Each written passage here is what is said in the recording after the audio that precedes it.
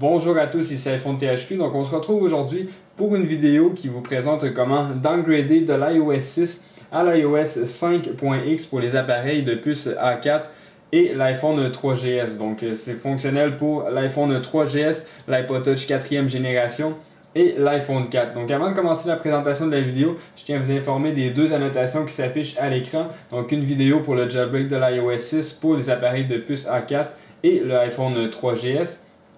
Et la deuxième annotation pour tout simplement restaurer, faire une mise à jour ou downgrader du 5.x au 5.x pour les appareils avec la puce A5.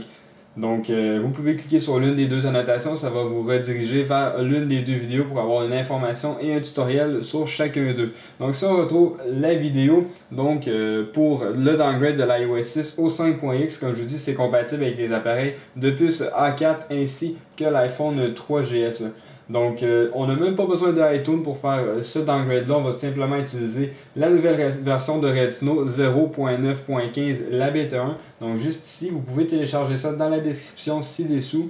Il va y avoir des liens pour Retina 0.9.15 bêta 1 et également pour votre Fais-moi 5.x. Donc, moi, je veux faire une restauration du 6.0 au 5.1.1. Donc, je vais vous montrer que je suis bien en 6.0 sur mon appareil. Donc, voilà l'information. Version 6.0, donc tout est fonctionnel pour ça. Alors, c'est vraiment très simple.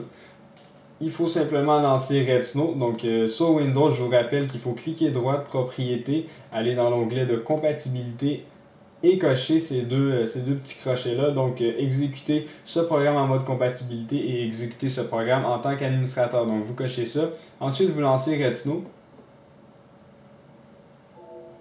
Et vous allez avoir la possibilité d'aller dans Extra juste ici. Donc juste cliquer sur Extra et ensuite aller dans Even More pour afficher plus de menus. Et vous avez la possibilité de cliquer sur Restore pour restaurer. Donc c'est vraiment super sympa d'avoir ça dans Retina. On n'a même pas besoin d'utiliser iTunes et c'est vraiment fonctionnel. Donc on va sélectionner le IPSW. Ah oui, donc juste avant, j'ai oublié une petite...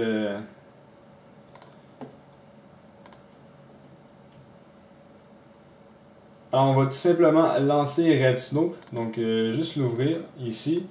Et je vous rappelle qu'avec Retina, on a juste besoin de cliquer droit, aller dans Propriétés. Ça, c'est sur Windows, c'est très important. Aller dans l'onglet Compatibilité et juste cocher ces deux petites cases-là, donc le mode de compatibilité et l'exécution en tant qu'administrateur. Ensuite, vous pouvez lancer le logiciel Retina. Une fois qu'il va être lancé, c'est bien important de se mettre en pente DFU. Donc si vous l'oubliez, c'est pas grave, Retina va vous avertir, mais je vous conseille de le faire quand même. Donc allez tout simplement ici dans Extra et ensuite cliquez sur la deuxième option pente DFU. Donc cliquez là-dessus et ensuite vous allez mettre votre appareil en mode DFU. Donc pour ceux qui n'ont jamais fait ça, c'est très simple. On utilise le bouton Power juste ici et le Home button. Donc on maintient les deux pendant 10 secondes. Voilà. Une fois que c'est fait, on peut lâcher le Power button et maintenir le Home button jusqu'à temps que Retina reconnaisse et ensuite il va mettre notre appareil en pente DFU. Donc voilà, Retina s'exécute. On peut laisser notre appareil de côté. Et voilà, donc ça dit que c'est maintenant terminé. Notre appareil est en pente DFU. On peut tout simplement cliquer sur Back et aller dans Even More maintenant. Et ensuite cliquer sur Restaurer. Puis sélectionner notre IPSW, donc le firmware qu'on a téléchargé sur notre bureau. Voilà, donc moi c'est l'iPod Touch de 4e génération, 5.1.1. Je le sélectionne. Et ensuite ça dit qu'il est bien sélectionné. Et ensuite ça c'est très important donc pour le blobs, donc les SHSH blobs, vous devez le sélectionner. Donc soit vous utilisez Remote pour vraiment aller le chercher du serveur, donc du serveur de Cydia, donc le serveur de Sori. Il va aller les chercher s'ils sont disponibles. Donc voilà, moi il les a trouvés, puis là il commence la restauration. Donc c'est vraiment très simple.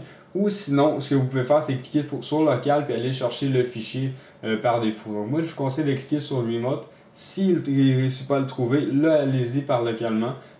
Et ça va fonctionner par les deux.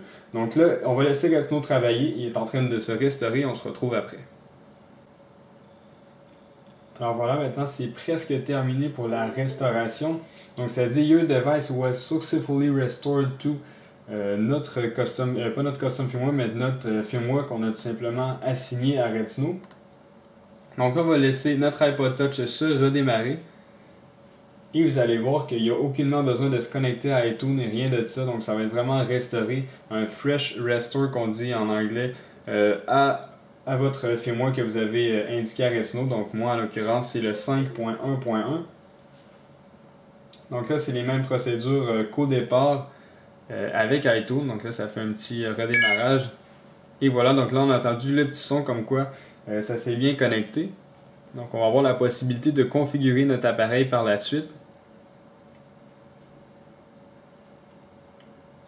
Et voilà, donc on peut faire slide to setup. Donc là c'est en anglais. On a la possibilité de changer la langue. Voilà. Là, ça va faire un petit changement de langue.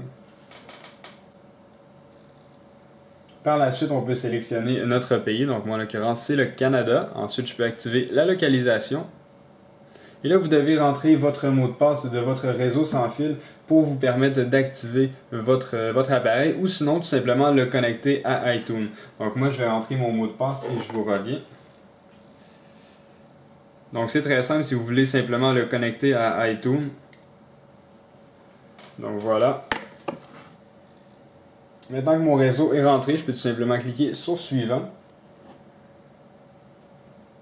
Et ensuite, je peux sélectionner comme un nouveau iPod Touch. Moi, je vais ignorer cette étape pour le moment. On va accepter les licences. Ça, c'est vraiment la configuration de base. Et je peux commencer à utiliser mon iPod Touch. Donc voilà un petit peu à quoi ça ressemble. La restauration, c'est vraiment très simple.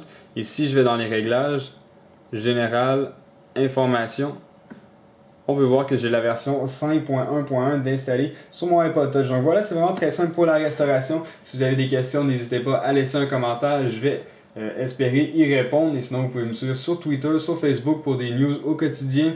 Et abonnez-vous également à ma chaîne YouTube. On se retrouve dans une prochaine vidéo. Merci beaucoup. Au revoir les gens.